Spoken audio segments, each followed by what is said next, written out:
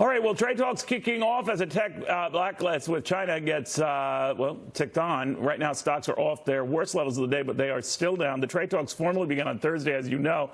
But already, China is telling the United States to stay tuned for retaliation. That's because we have targeted a number of Chinese-related stocks that we should feel should be limited, for example, among pension funds, government funds that have them in their overall assortment of the portfolio. We want to limit that. We haven't spelled out how much. And then there was a whole lot of other stuff going on. So it's gotten people wondering whether a deal comes to pass. Let's bring in our elite panel. We've got the former J.P. Morgan chief economist, Anthony Chan, Kingsview Wealth Management CIO, Scott Martin, and last but certainly not least, New York Post editorial page assistant, Brooke Rogers. Brooke, the betting is the talks are happening. No one's, pulling the rug out from under them, but they've dramatically lowered expectation because of the harsh words between the two sides. Been there, done that, heard that again and again. So everything goes down, but something could happen still, right?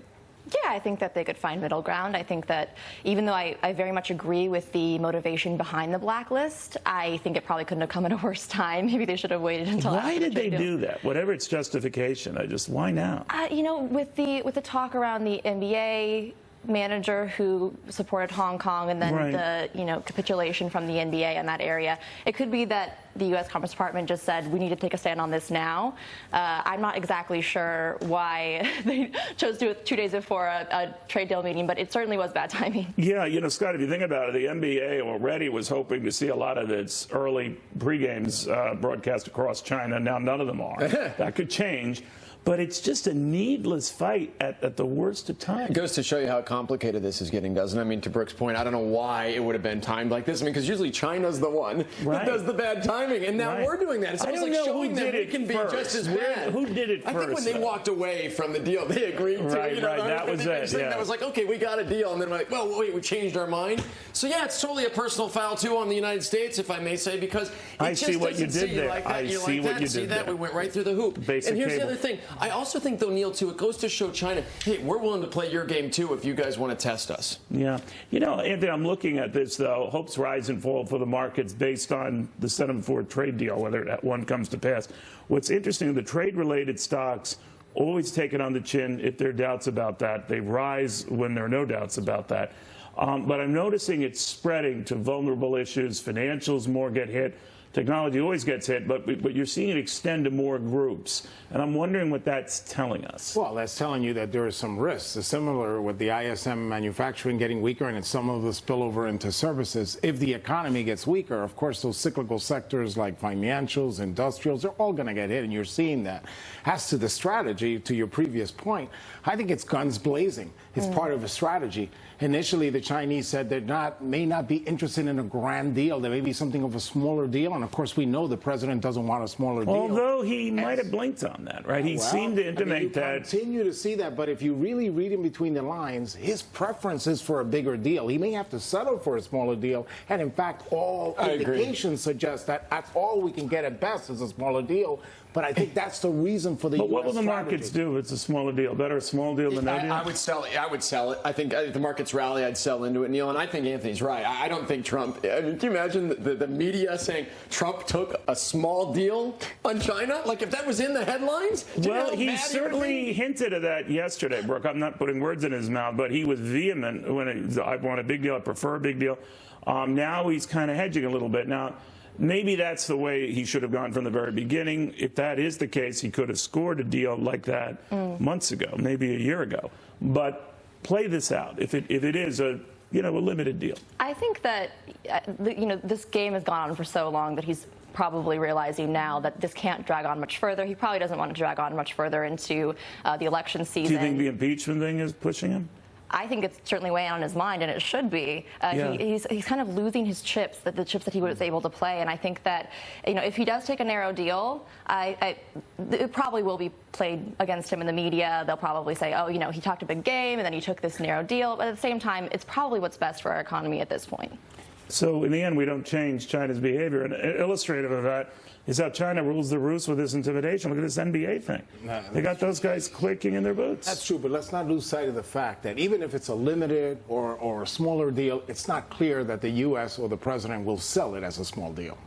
Well, I understand that, but it will be a smaller deal. Or does a smaller Nothing wrong deal, with that. Or does a smaller deal maybe actually allow China to actually do what they should do in the sense of follow what they agreed to do? Maybe that's actually how you get the deal done, right? Because if you think about it, if we get a big deal done, like everything we wanted, or let's just say everything maybe both sides wanted, both sides lose something, but we get something really big and nice, is China even going to do it? Are they going to even follow through with coming up with, what does it bug any of you are? that we are still kissing China's ass? If you think about it, with the NBA is going through this right now. You dared to speak out on behalf of these protesters in Hong Kong.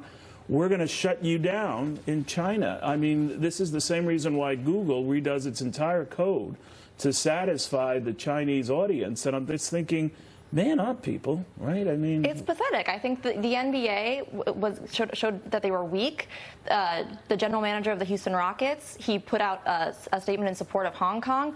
Hong Kong protesters are putting their lives on the line to fight for democracy in their region, and it's just kind of spitting in their faces to after someone all he did was say that he supported Hong Kong, and the NBA was more than willing to wheel that back and say, oh no, we love our Chinese sponsors, we love our Chinese viewers. Well, then they had what was the NBA commissioner saying? Everyone's free to speak. Everyone's free to be a suck up, and everyone's free to stop. It's like, wait a second, are they? Because you just did, and you basically, like, to your point, brought but after all this time getting tough with China, Anthony, we're still playing these same games where we don't want to risk their wrath, right? Well, the reality is that if you look at the Chinese economy 20 years ago and you look at it today, they certainly do command a little bit more respect. And so that's the reason. Maybe that's how the mob keeps people. Maybe the pendulum has swung too far, but it had to swing. Yeah, right. The realistic demands do suggest that you cannot ignore that they are now a real economic superpower, while they were not an economic superpower 20 years ago. We're coming to that reality. All right, but we're still kissing their ass. That's what I'm saying. Those are your words. Wet kisses, even, if I may say. I mean, and they're I very just passionate. think that's demeaning for a superpower. Yeah, it is. And demeaning. I know the loss isn't the risk. All of a sudden, someone was saying in the prior hour, 300 million kids are playing basketball right now. You don't want to lose that audience. Well, risk losing it.